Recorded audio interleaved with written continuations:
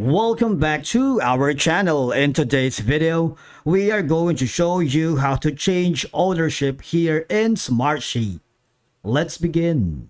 Now, the first thing that you need to do is to log in using your credentials. If this is your first time here in Smartsheet, I want you to click the sign up option.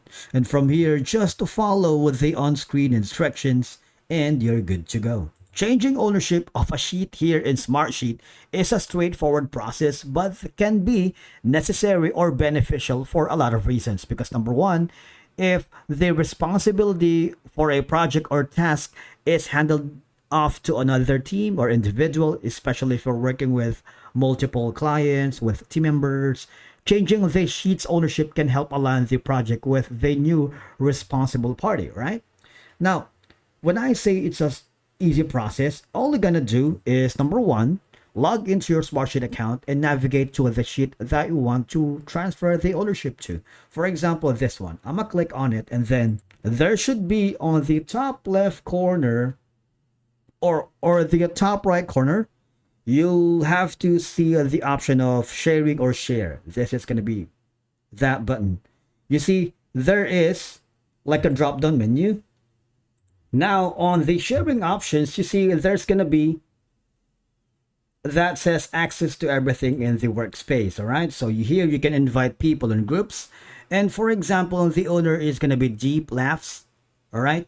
You can share or select from the drop down menu on changing the ownership. For example, if he was a previous admin and the person changed the role on certain projects or the organization, you might want to change that to the viewer only. Or if the viewer or commenter have changed the task to a someone that has an insight or an access, you might want to go for the admin or for the editor, whichever the case may be. All right. After that, all they're going to do, for example, this one is comment. Just click on share.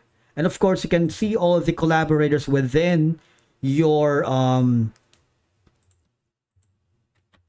box here, right? You can simply put in a message.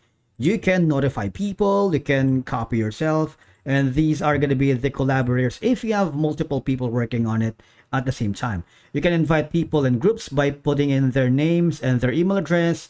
And if you have problems changing the ownership here in Smartsheet, you might want to go to the Smartsheets customer support. Okay, so you have all of these platforms for you.